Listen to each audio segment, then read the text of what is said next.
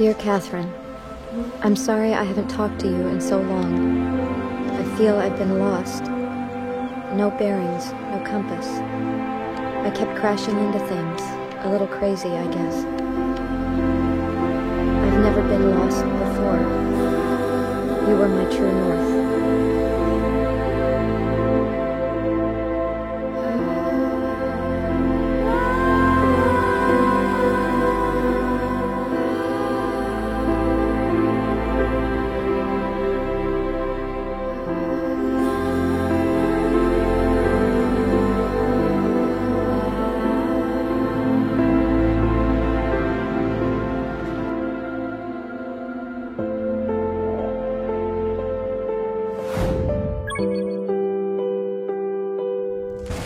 Ombak mengaduk matahari senja, lalu membuka kembali keindahan siang hari.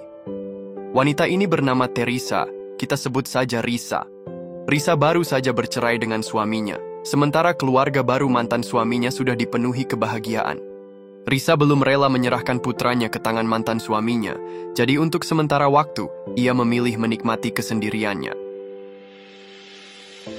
Di tengah waktu luangnya, Risa mulai mencari kembali dirinya yang telah hilang, menghirup udara musim semi di padang rumput, berlari di tepi laut untuk meredam kebisingan pikirannya. Bahkan, burung camar pun seakan bisa mencium aroma asin dari dirinya yang menyatu dengan laut. Tiba-tiba, di antara kain kasa yang lembut, Risa menemukan sebuah botol terapung. Dengan rasa penasaran, ia pun membukanya.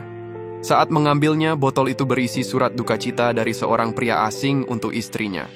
Dalam suratnya, pria itu menulis dengan nada memohon, meratapi kehilangan istrinya dan merasakan duka yang mendalam bagi Catherine. Setiap kata dalam surat itu seperti pecahan batu yang retak, menusuk lembut ke dalam hatinya. Rekan Risa yang bernama Charlie mengakui ketulusan si penulis. Isi surat dalam botol itu seperti mencari arah sejati dalam hidup. Namun, tak lama setelah itu, ia malah menerbitkan kisah dalam surat tersebut di koran. Risa merasa bahwa tindakan Charlie telah melanggar privasi seseorang, tetapi Charlie tidak menganggapnya sebagai masalah. Terlebih lagi, ketika cerita itu mendapat tanggapan yang tak terduga melalui banyak surat balasan, Risa pun merasa terkejut melihatnya.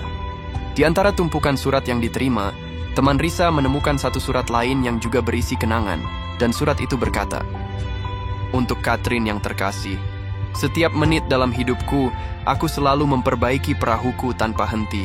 Tapi kenangan datang bagai gelombang hari ini, dan saya memikirkan masa muda kita. Anda meninggalkan dunia kami untuk mengejar dunia yang lebih besar, sedangkan aku tak bisa mengakui betapa takutnya aku melawan rasa takutku. Aku mulai berpikir lagi, aku masih membayangkan apa yang akan kulakukan jika kau kembali." Maka dari itu, tanpa henti, Risa segera mengerahkan koneksinya untuk melacak asal-usul surat dan mesin ketik tersebut. Usaha kerasnya akhirnya membuahkan hasil. Seorang pemilik restoran di Virginia mengirimkan faks dengan tanda yang sama. Namun, isinya bukan tentang Catherine, melainkan doa untuk kapal dan pelabuhan. Berdasarkan kesamaan dalam isi surat, Risa meyakini bahwa pengirimnya adalah pria misterius yang ia cari. Ia pun memutuskan untuk pergi ke kota kecil yang disebutkan dalam surat itu, untuk menemukan siapa sosok penulisnya dalam surat itu. Dengan bantuan berbagai pihak, Risa akhirnya tiba di alamat yang dimaksud. Menatap rumah tua yang telah dilapisi oleh jejak waktu, Risa tak sabar ingin bertemu pemiliknya. Ketika melihat Gareth yang sedang tekun menghaluskan papan perahu, Risa tiba-tiba kehilangan kata-kata. Risa tidak langsung mengungkapkan maksud kedatangannya, melainkan mencoba menguji karakter Gareth melalui obrolan ringan. Sebagai seseorang yang tidak terbiasa dengan laut, Risa tanpa sengaja mengungkapkan keinginannya untuk berlayar menikmati pemandangan. Gareth, yang senang mewujudkan keinginan orang lain pun, mengundangnya untuk ikut dalam pelayarannya pada pagi hari esok. Di restoran yang masih diselimuti embun pagi, amarah Gareth akhirnya meledak. Hinaan John adalah percikan yang menyulut api, dan keduanya pun terlibat perkelahian sengit. Risa, yang diam-diam menyimpan harapan, menjadi saksi dari kekacauan itu. Hendak pergi menjauh dari ketegangan, langkahnya tertahan oleh candaan Gareth yang perlahan mengikis bara amarahnya. Saat perahu kecil hendak berlayar, sejenak Risa ragu, lalu melompat untuk naik. rasa ingin tahunya mengalahkan kegundahan, ia pun bertanya tentang pertengkaran di restoran tadi. Dari bibir Garrett mengalir sebuah kisah, ternyata John adalah adik iparnya, dan bayang-bayang Catherine telah menanam benih kebencian di antara mereka. Namun, di tengah lautan yang tenang, ketegangan perlahan mencair. Di bawah langit yang luas, Risa dan Garrett menemukan sejumput ketenangan, seolah angin laut membawa pergi sisa-sisa kekesalan mereka. Di rumah, sang ayah dengan santai menggerakkan guntingnya, memangkas rambut Garrett diiringi dengan obrolan ringan. Namun, pandangannya tak sengaja tertuju pada mantel wanita yang tergantung di dekatnya. Garrett hanya tersenyum samar, menjelaskan bahwa itu milik seorang jurnalis yang tertinggal, lalu dengan nada menggoda, menyarankan sang ayah untuk mengembalikannya sendiri. Tentu saja, ayahnya menolak. Baginya, ini lebih dari sekadar mantel yang terlupakan, ini adalah celah kecil yang bisa membawa putranya melangkah lebih jauh.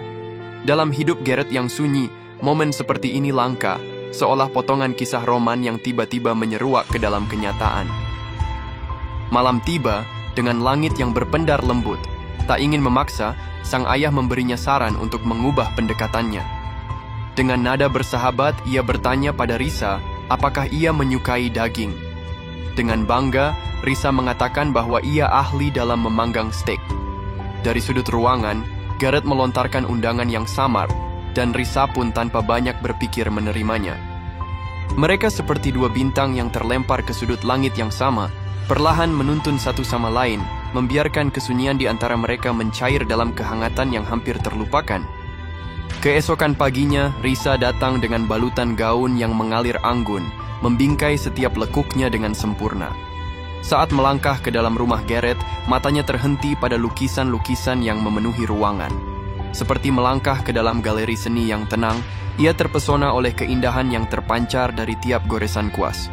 Namun, di balik pesona itu, ada bayangan yang masih mengintai.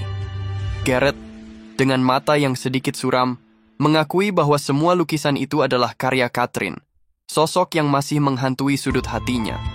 Sore itu, di bawah langit yang merona dan angin laut yang berembus lembut, mereka berbincang dengan sedikit mabuk, membiarkan kenangan dan rahasia mereka hanyut bersama deburan ombak. Di antara angin dan senja, kata-kata mereka melayang bebas, seperti dua jiwa yang akhirnya menemukan tempat untuk bersandar, meski hanya untuk sementara. Hingga senja perlahan merayap di Cakrawala, Risa mulai bercerita tentang pernikahannya yang tak bahagia, membuka luka lamanya yang masih membekas di hatinya. Dengan suara lembut, ia meminta Garrett untuk melakukan hal yang sama, untuk perlahan mengungkapkan kisahnya dengan Catherine. Bagi Garrett, Catherine adalah cahaya dalam hidupnya, nyala api yang memberinya inspirasi. Namun, penyakit kejam merenggutnya terlalu cepat, meninggalkan kehampaan yang sulit diisi. Percakapan mereka mengalir, dari luka-luka pribadi hingga renungan tentang sifat rapuh manusia. Sekilas tatapan mereka bertemu, dan dalam sekejap, keduanya menyadari sesuatu, bahwa takdir diam-diam telah menenun benang merah di antara mereka. Dalam keheningan malam yang masih menyisakan cahaya bulan, Risa melangkah ke sisi ranjang Garrett. Hatinya tak lagi bisa menyembunyikan kerinduan yang tiba-tiba memenuhi rongga dadanya. Ia ingin lebih dekat, merasakan kehangatan yang sekian lama asing baginya. Di bawah langit yang sunyi, mereka seperti sepasang suami istri yang sempurna, memancarkan kemurnian dan kebahagiaan. Di pagi yang tenang, Risa menatap kapal layar yang sedang dibangun oleh Garrett. Setiap kayu dan setiap simpul tali menyimpan jejak-jejak kenangan dengan Catherine. Mungkin itulah sebabnya Garrett tak pernah berani menyelesaikannya, takut untuk benar-benar melepaskan masa lalunya ke samudra yang luas. Malam harinya, Garrett mengundang Risa untuk berlayar bersamanya. Risa, yang tak mampu menolak ketulusan dalam ajakannya, hanya tersenyum dan mengangguk, membiarkan ombak membawa mereka menuju sesuatu yang belum sepenuhnya mereka pahami. Namun di tengah perjalanan, kemunculan John tiba-tiba merusak suasana. Ia datang dengan satu tujuan, mengambil kembali lukisan-lukisan mendiang adiknya. Garrett tentu saja menolak.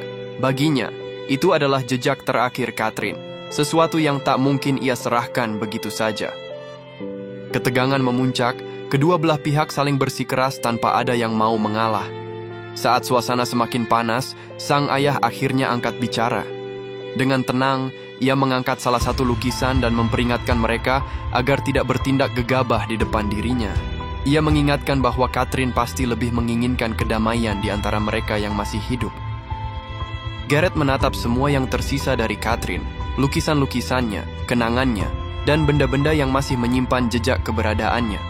Seolah-olah selama semuanya tetap berada di tempatnya, Catherine pun masih ada di kehidupannya, meski hanya dalam bayang-bayang waktu yang tak bisa ia genggam lagi.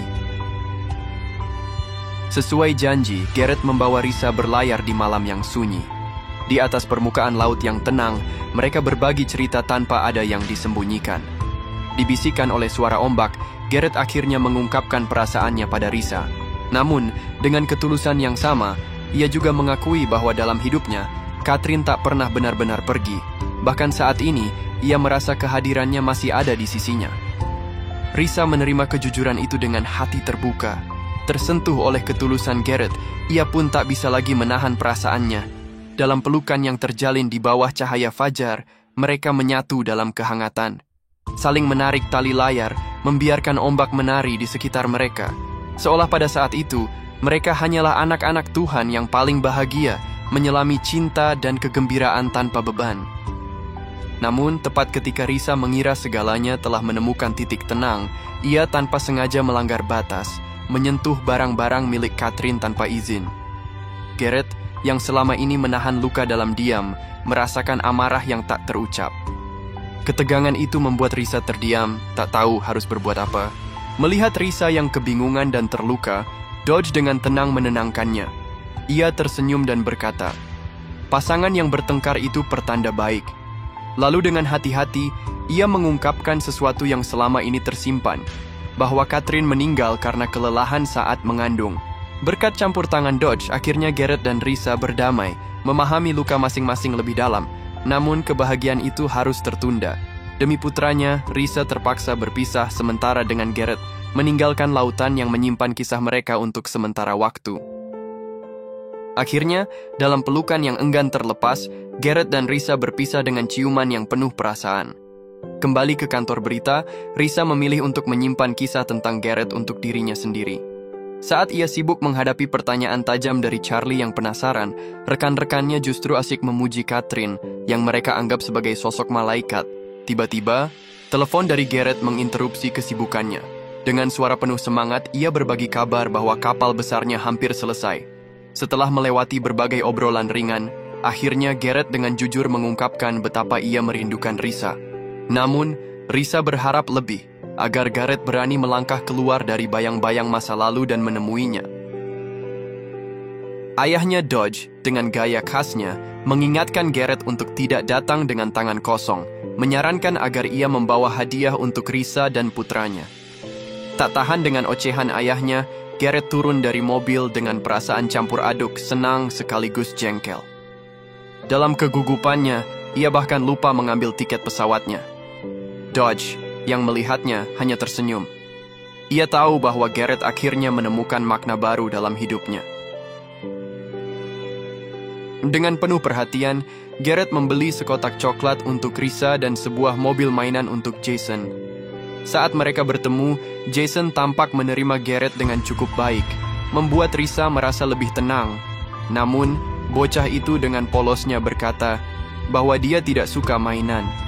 Alih-alih merasa canggung, Garrett justru tertawa dan spontan menukar hadiah mereka. Jason mendapatkan coklat, dan Risa menerima mobil mainan dengan senyuman geli. Dalam kehangatan yang menyelimuti mereka, Risa mulai membayangkan masa depan yang lebih cerah, penuh harapan, dan mungkin kebahagiaan yang akhirnya berlabuh. Risa dengan jujur memperlihatkan kehidupannya yang jauh dari kesan romantis kepada Garrett.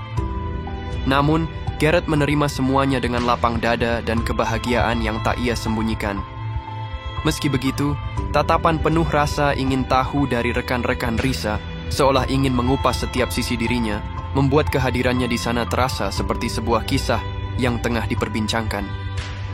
Setelah mengantar Jason ke rumah temannya, akhirnya Risa dan Garrett mendapatkan waktu yang benar-benar hanya milik mereka berdua. Dalam kamar yang temaram, Garrett dengan lembut menelusuri setiap inci tubuh Risa, seakan membaca kisah yang terukir dalam setiap nadinya.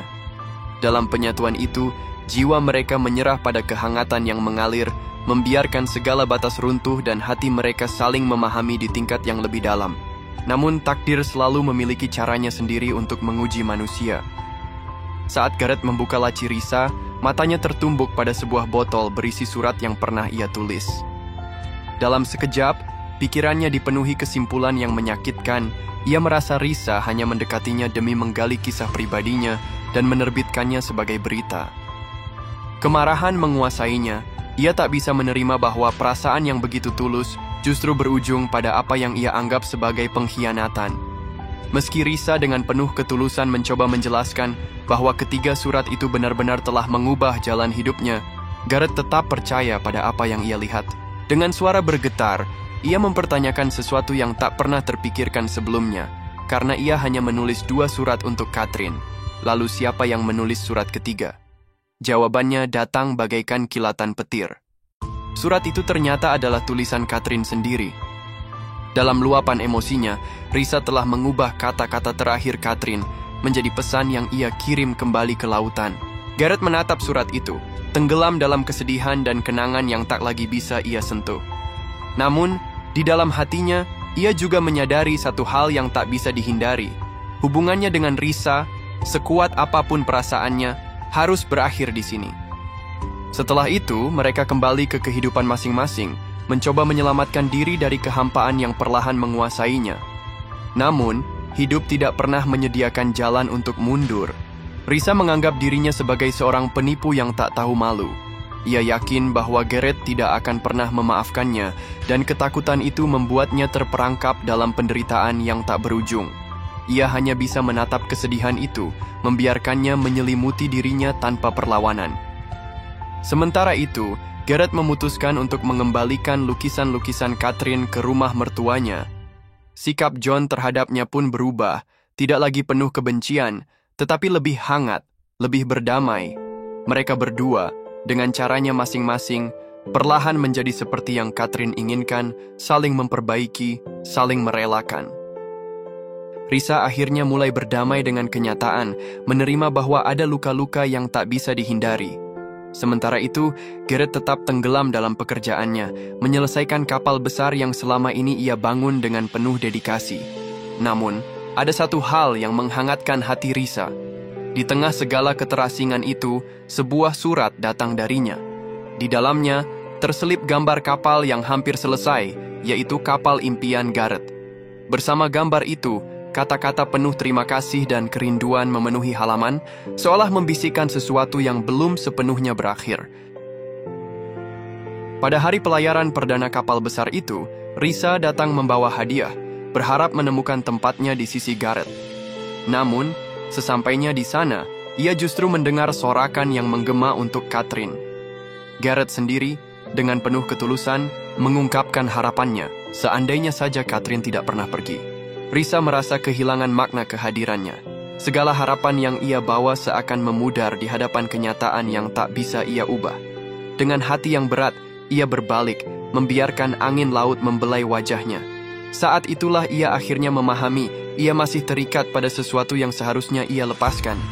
Ia tidak bisa menyerahkan dirinya sepenuhnya kepada Gareth, sementara hatinya masih sepenuhnya milik Catherine. Dalam kondisi seperti ini, kehadirannya tak lebih dari sekadar pencuri yang mencoba mengambil sesuatu yang bukan miliknya. Meskipun Gareth mencoba menahannya, Risa dengan tegas memilih untuk pergi.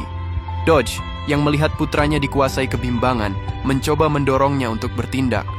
Kalau kau mencintainya, kejarlah dia seperti orang bodoh, lalu mengeluarkan sekeping koin dan menyodorkannya pada Gareth, menyuruhnya untuk menelepon Risa. Namun Gareth tetap bersikeras menolak. Dodge memahami alasan dibalik ketakutan putranya. Gareth tak berani melangkah maju, tak berani melepaskan masa lalu. Namun, sebagai seorang ayah, ia hanya bisa berharap putranya akhirnya mau memilih antara terus hidup dalam kenangan kemarin atau berani melangkah menuju hari esok. Menatap kompas yang diberikan oleh Risa, Dodge berharap Gareth selalu tahu kemana harus melangkah, di mana rumahnya berada. Ia ingin putranya mengerti bahwa cintanya bukanlah belenggu, melainkan pelabuhan tempatnya berlabuh dengan tenang. Gareth, dengan hati yang mantap, menulis surat terakhirnya menggunakan mesin ketik. Lalu saat fajar menyingsing, ia berlayar dengan kapal besarnya menuju lautan luas. Namun, takdir sekali lagi memainkan perannya. Cuaca tiba-tiba berubah ekstrim, badai datang tanpa ampun. Dalam situasi genting itu, ia menemukan sebuah keluarga yang terjebak di tengah ombak. Tanpa ragu, ia berjuang menyelamatkan mereka. Saat semuanya nyaris terkendali, sang ibu masih tersapu arus. Gareth melompat tanpa berpikir dua kali, mencoba menyelamatkannya. Namun kali ini, ia tak pernah kembali dari kedalaman laut. Yang tertinggal untuk Risa hanyalah selembar surat dalam botol, pesan terakhir Gareth.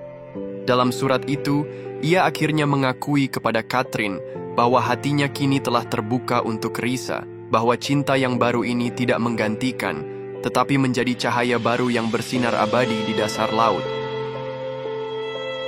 Risa tidak mengerti jalan yang telah digariskan oleh takdir untuknya. Namun, Risa menyadari satu hal, Gareth telah mencintainya dengan sepenuh hati tanpa sedikit pun disembunyikan darinya. Mungkin, dalam setiap kehilangan, ada luka yang mengajarkan manusia tentang sesuatu yang benar-benar berharga. Dan mungkin, dalam duka yang mendalam, tersembunyi sebuah kebenaran yang membimbing seseorang menuju makna hidup yang sesungguhnya.